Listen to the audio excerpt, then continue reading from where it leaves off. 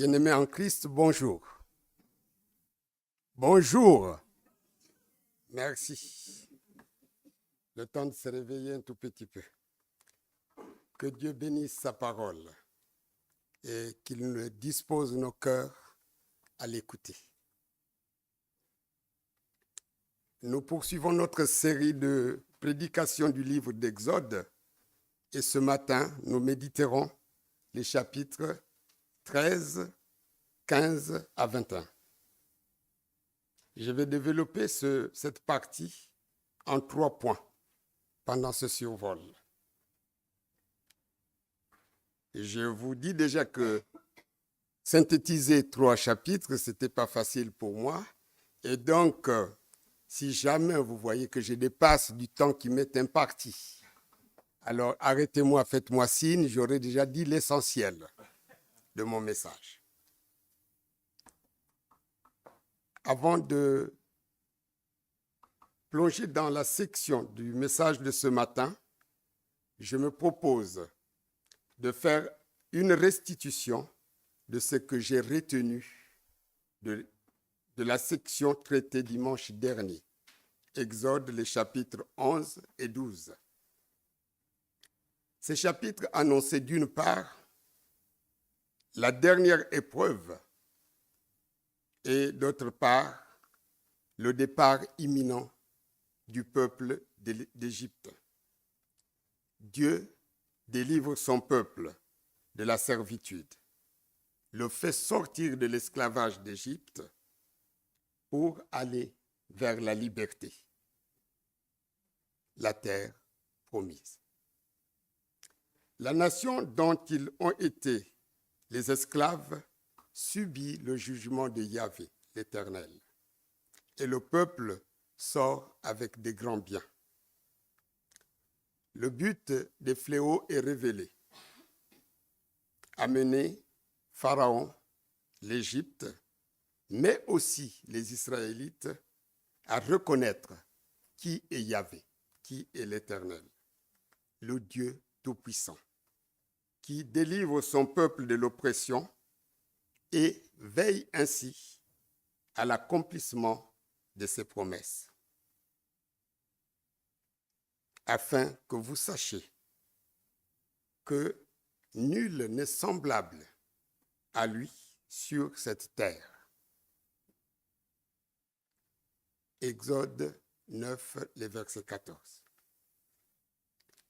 Je vous invite donc maintenant à ouvrir le livre et nous allons parcourir quelques versets dans le premier point que je vais aborder ce matin. Et je vous dis que je développerai 3 points. Donc nous allons lire dans Exode 13 les versets 1 à 3 et 12 et 13. Exode 13, les versets 1 à 3 et les versets 12 et 13. L'Éternel parla à Moïse et dit : « Consacre-moi tous les premiers-nés, consacre-moi tout premier-né parmi les enfants d'Israël, tant des hommes que des animaux. Ils m'appartiennent. » Moïse dit au peuple : « Souvenez-vous de ce jour où vous êtes sortis d'Égypte, de la maison de servitude, car c'est par sa main puissante que l'Éternel vous en a fait sortir. » Verset 12. Tu consacreras à l'Éternel tout premier-né, même tout premier-né des animaux que tu auras. Les mâles appartiennent à l'Éternel. Tu rachèteras avec un agneau tout premier-né de l'âne, et si tu ne le rachètes pas, tu lui briseras la nuque. Tu rachèteras aussi tout premier-né de l'homme parmi les fils.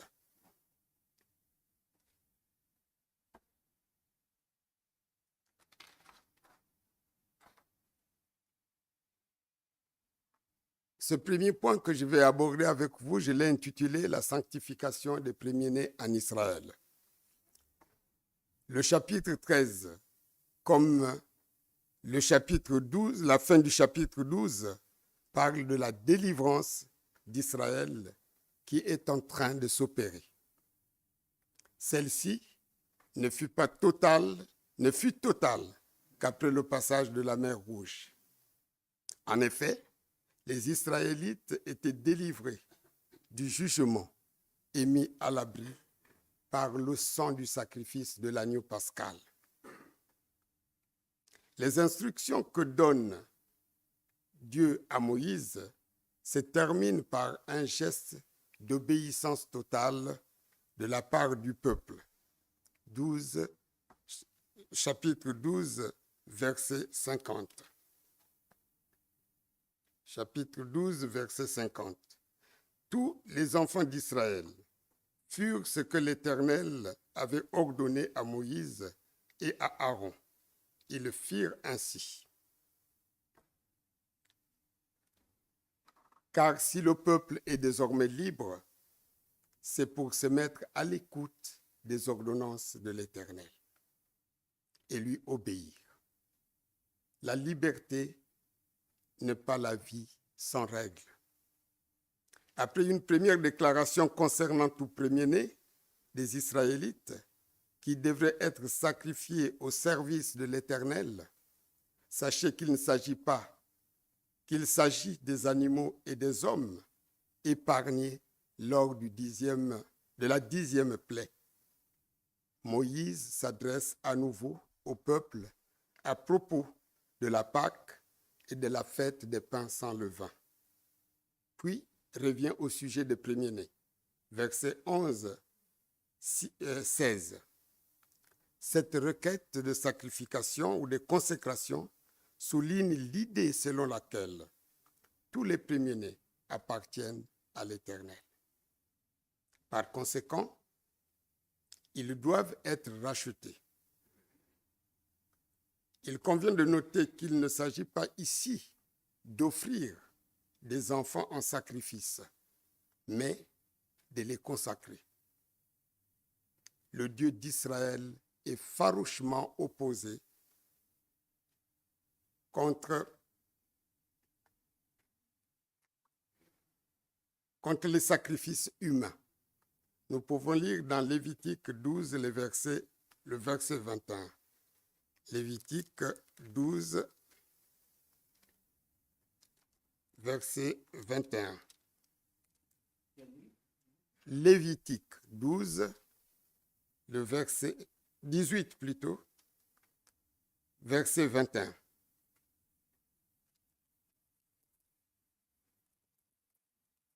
Lévitique 18, verset 21. Tu ne livreras pas aucun de tes enfants pour le faire passer à Moloch, et tu ne profaneras point le nom de ton Dieu. La consécration des premiers-nés et la fête des pains sans levain ont un rapport immédiat avec la délivrance hors d'Égypte. L'institution de ces ordonnances et la manière dont elles devraient être pratiquées y sont indiquées. Nous pouvons lire les versets 8, le verset 8, 14 et 15 du chapitre 13. Verset 8.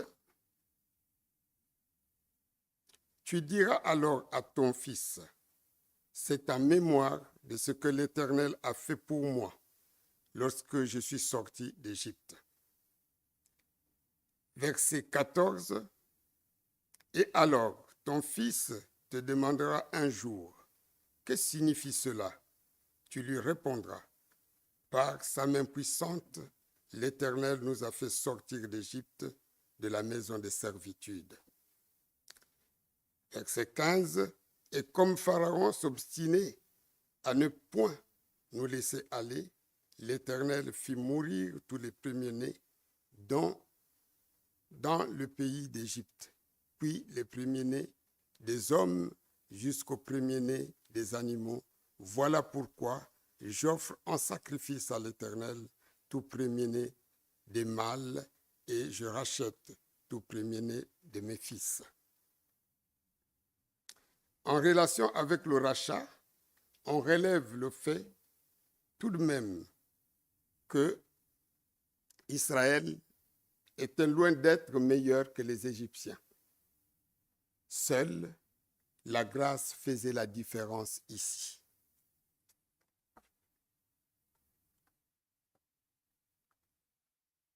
Puis, Moïse exhorte le peuple d'enseigner, de transmettre à leurs enfants le souvenir des prodiges de Dieu envers Israël, son peuple.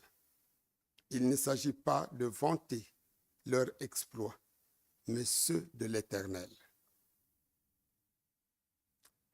Dans la marche vers le désert, Dieu prend lui-même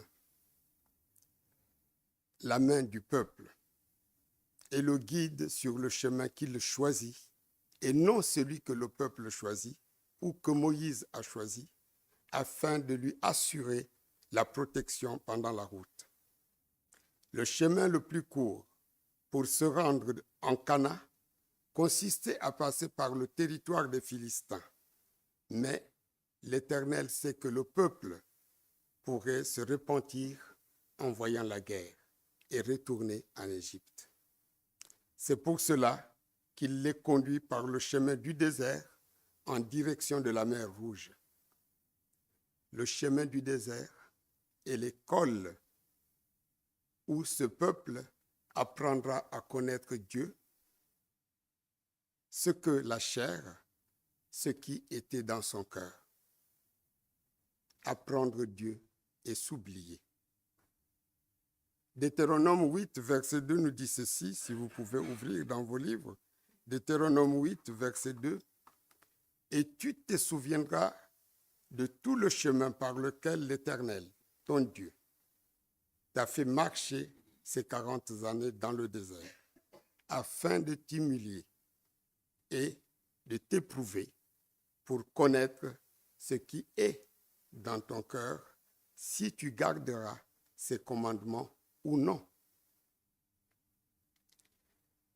La prédiction ou la prophétie de Joseph, quant au verset 19, à propos de ces eaux, à mettre en parallèle avec le passage de Genèse 50, verset 25, ou celui de Josué 24, 32, trouve ici son accomplissement.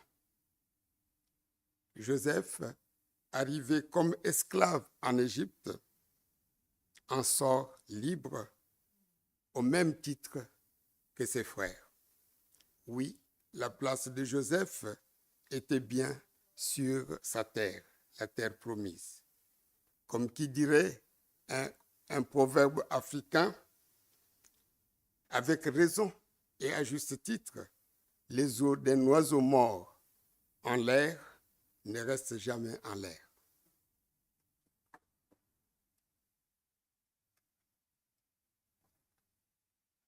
Dieu va manifester sa présence au milieu du peuple.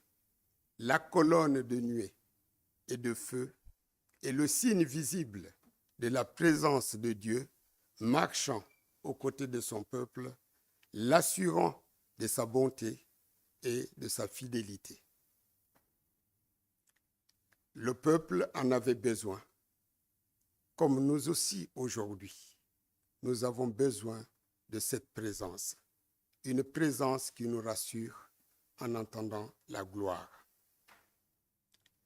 Nous arrivons au deuxième point de notre méditation, l'ultime victoire de Dieu sur les Égyptiens et l'entêtement de Pharaon, le passage de la mer Rouge, la délivrance d'Israël.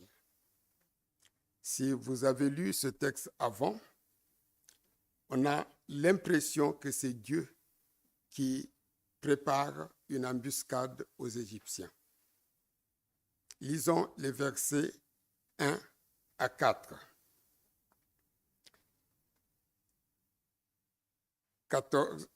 chapitre 14, versets 1 à 4.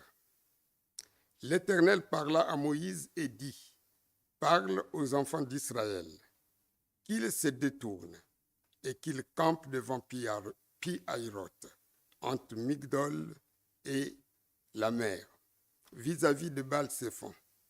C'est en face de ce lieu que vous camperez près de la mer. Pharaon dira des enfants d'Israël, ils sont égarés dans le pays, le désert les enferme.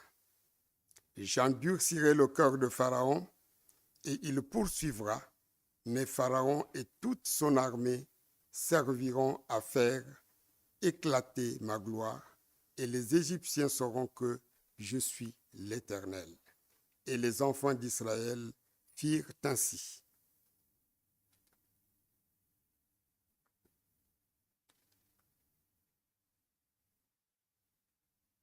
L'Éternel demande aux Israélites de se déplacer pour se positionner devant la mer. Et donc, se présenter là comme un appât. Une éventualité que même Moïse n'avait pas prévue dans son plan de marche. Les versets 6 à 10 montrent un pharaon qui, après le choc provoqué par la mort des premiers-nés, après le choc provoqué par les premiers-nés, déploie dans un dernier acte de folie toute la puissance de son armée et poursuit le peuple. Son orgueil ne le permettait pas d'admettre un tel affront aux yeux de son peuple. Dieu a permis cela pour un seul objet, faire éclater sa puissance dans le salut de son peuple et la défaite définitive des Égyptiens. Mais les Israélites, en voyant fondre sur eux l'armée de Pharaon, pensent déjà au risque de mort qu'ils encouraient. L'attitude du peuple, quant à elle, traduit ici un singulier mélange de foi et d'incrédulité. On les voit crier à Dieu, verset 10, et en même temps se livrer aux murmures les plus acerbes, les plus amers envers Moïse.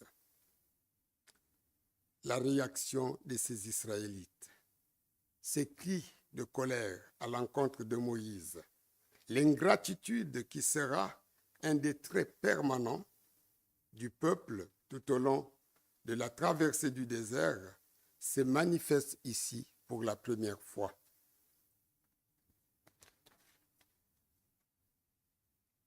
Aussi surprenant que cela puisse paraître, reconnaissons-le, nous aussi, nous pouvons avoir, et même souvent, de telles réactions lorsque l'épreuve nous atteint.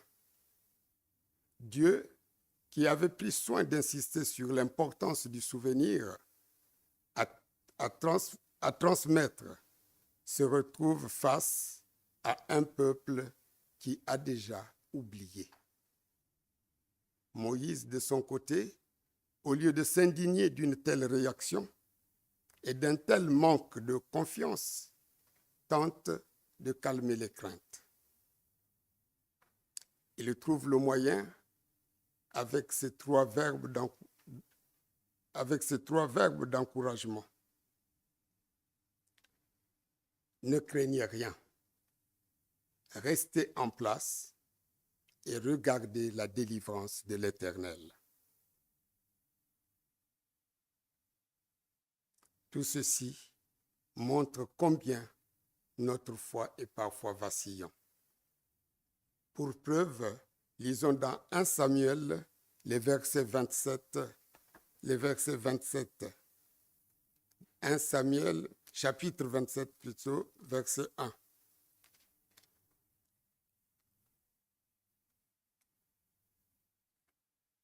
1 Samuel, chapitre 27, verset 1.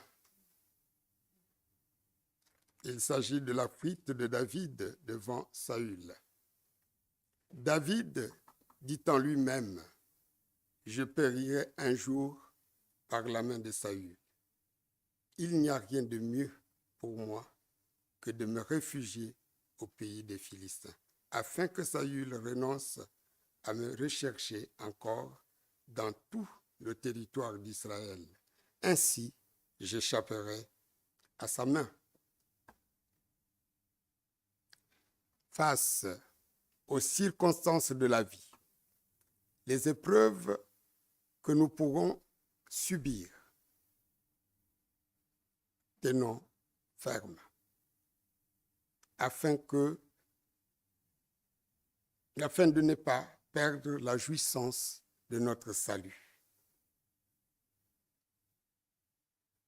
Devant l'impasse, ce chemin sans issue, le tenez-vous tranquille change tout. Dans ce présent, les Israélites n'auront pas à combattre eux-mêmes.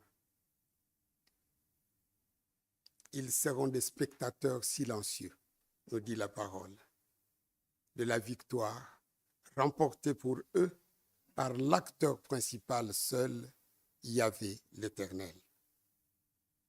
N'oublions pas que Dieu est au contrôle de toutes nos angoisses. Il est le maître des circonstances et des temps. Dans sa bonté, sa fidélité, sa grâce infinie, il manifestera sa puissance. Tout comme dans la vie de chaque croyant, l'Éternel permet des épreuves pour nous former à le connaître, lui le Dieu Tout-Puissant, et également nous apprendre à dépendre de lui, à lui obéir. Ainsi, il fait éclater sa gloire. Le premier acte de foi, comme l'attestent les versets 13 et 14, face à l'épreuve, résume à demeurer calme, à demeurer sans crainte et à observer la délivrance que l'Éternel va accorder. C'est dans la tranquillité et le calme que sera votre salut. C'est dans le calme et la confiance que sera votre force. Ésaïe, chapitre 30, verset 15. Lorsque nous regardons à nous-mêmes, lorsque nous avons mis de côté ce qui est charnel, mesurons notre incapacité de s'en sortir. C'est alors que Dieu déverse les bénédictions en abondance. C'est alors que la puissance de Dieu se manifeste en notre faveur. Quand Dieu combat pour nous, il gagne toujours. Au lieu de manifester notre faiblesse, notre incapacité, laissons résonner dans notre cœur l'écho de ce « Voyez la délivrance de l'Éternel ».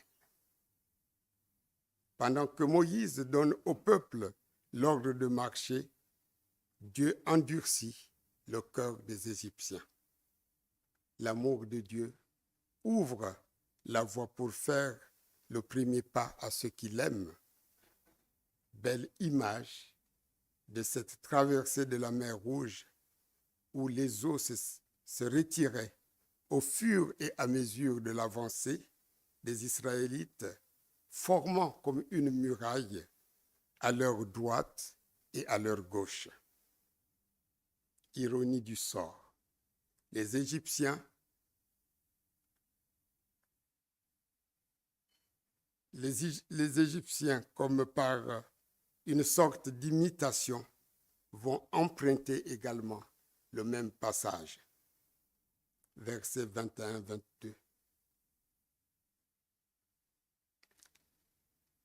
Ils entrent après les Israélites au milieu de la mer, mais un tel engagement par la vue et non par la foi comme pour Israël ne peut les conduire qu'à la perdition. Lisons 1 Corinthiens, verset 15, chapitre 15, verset 50. 1 Corinthiens, chapitre 15,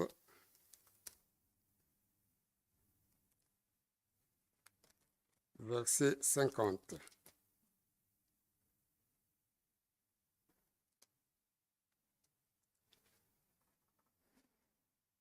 Ce que je dis, frère, c'est que la chair et le sang ne peuvent hériter le royaume de Dieu et que la corruption n'hérite pas l'incorruptibilité.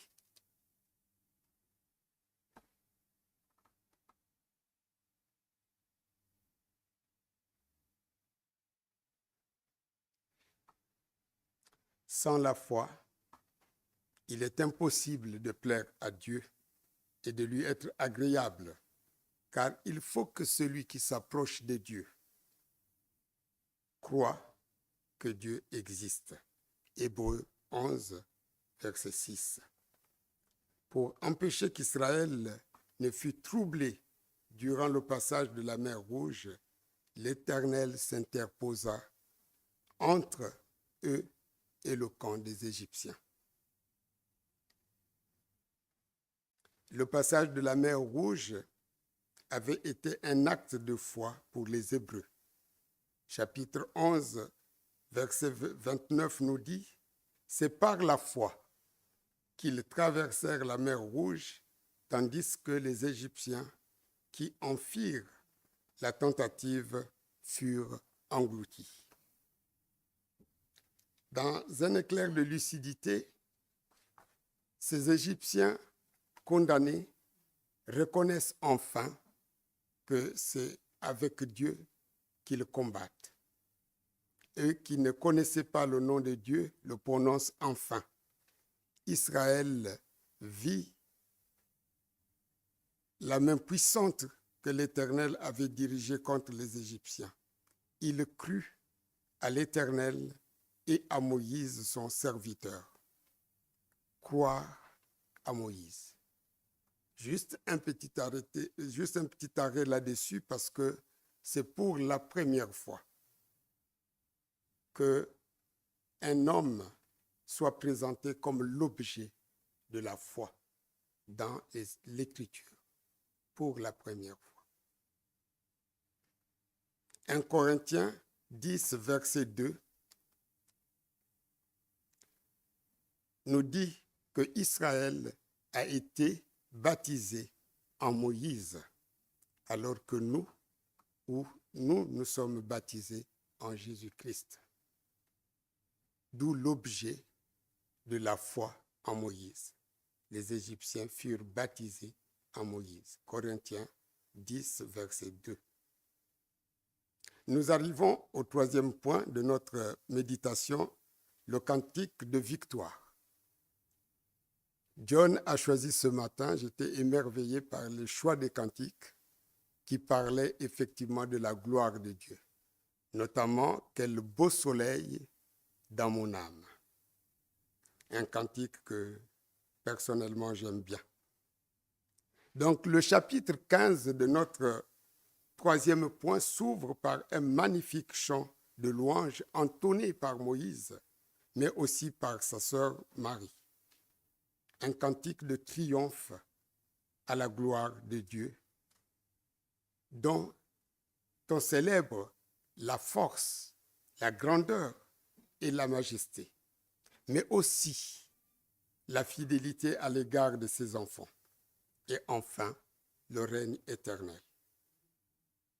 J'ai fait remarquer en passant que nous ne trouvons pas une seule note dans ce cantique de louange qui concerne le moi, le nous. Tout se rattache et est à la gloire de l'Éternel. Psaume 92 est à propos.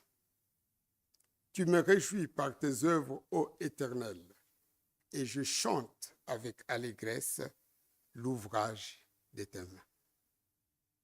Seule la puissance de Dieu, en contraste avec la déroute définitive de l'armée égyptienne, est rappelée ici. Par ailleurs, plusieurs vérités sur la personne de Dieu sont mentionnées, entre autres la souveraineté, la fidélité, la rédemption et le règne éternel. Les Israélites virent les Égyptiens étendus sur le rivage et réalisent que le même Dieu qui servait de mur à ses rachetés sert de tombeau aux Égyptiens. Ils comprennent qu'une page de l'histoire se ferme et qu'ils sont enfin libres, en route pour une destination capitale, la terre promise. Les Israélites, par la foi, peuvent déclarer un avenir glorieux, bien que n'ayant posé que le pied sur le rivage. Notons aussi que la particularité de ce merveilleux hymne de louange d'un peuple racheté à son Dieu commence par la rédemption, le rachat, et se termine par la gloire. Pour nous aujourd'hui, cet hymne commence par la croix et se termine par le royaume. Israël est témoin, il a vu par quelle main puissante l'Éternel a agi contre les Égyptiens. Ainsi peut éclater ce chant de triomphe consécutif à cette grande délivrance. Mais au moment où ce cantique est entonné, le peuple est loin d'imaginer qu'il va s'égarer et vivre 40 ans dans le désert. À partir de cette étape, le peuple entre dans une nouvelle vie qui exige une nouvelle attitude, obéissance au libérateur et totale dépendance à l'Éternel. Pour nous aujourd'hui, la certitude d'une pleine délivrance, de rédemption en Jésus-Christ, notre agneau pascal, nous permet de lui rendre un culte pur, digne et honorable. Notre culte en Église, notre culte personnel doit être centré sur Dieu seul. Il est à la fois l'objet, le sujet et la puissance de notre culte. Il est le centre du culte. Chapitre 15, verset 2, « L'Éternel est ma force et le sujet de mes louanges. C'est lui qui m'a sauvé. Il est mon Dieu, je le célébrerai. Il est le Dieu de mon Père, je l'exalterai. » C'est la pensée de Dieu habitant dans le cœur d'un homme reconnaissant.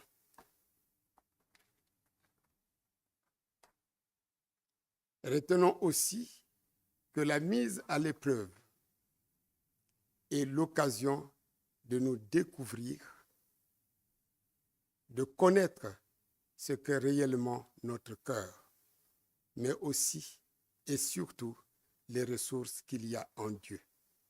C'est Dieu qui sauve, c'est Dieu qui libère, c'est Dieu qui guérit. Le Dieu patient et plein de bonté. En conclusion,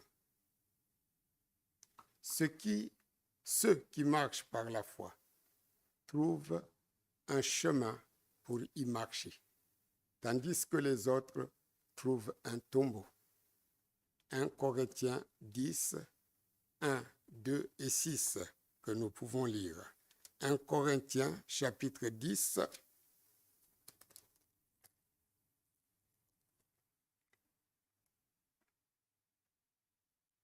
1 Corinthiens chapitre 10, les versets 1, 2 et 6.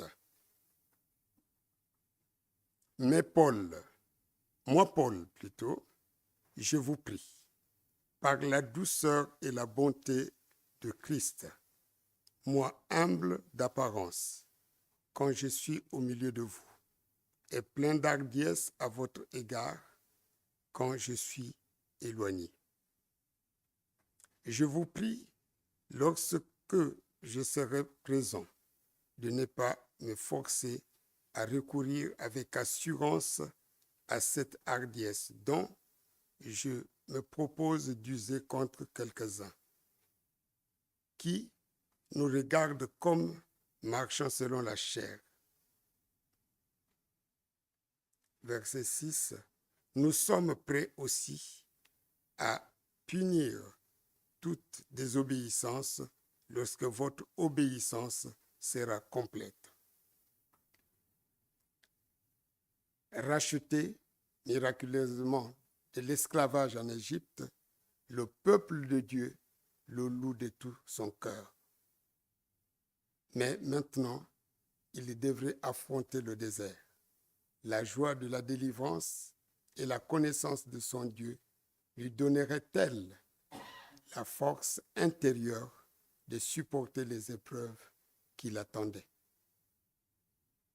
ou des efforts qui l'attendent. Et je répète, racheté miraculeusement de l'esclavage en Égypte, le peuple de Dieu le louait de tout son cœur.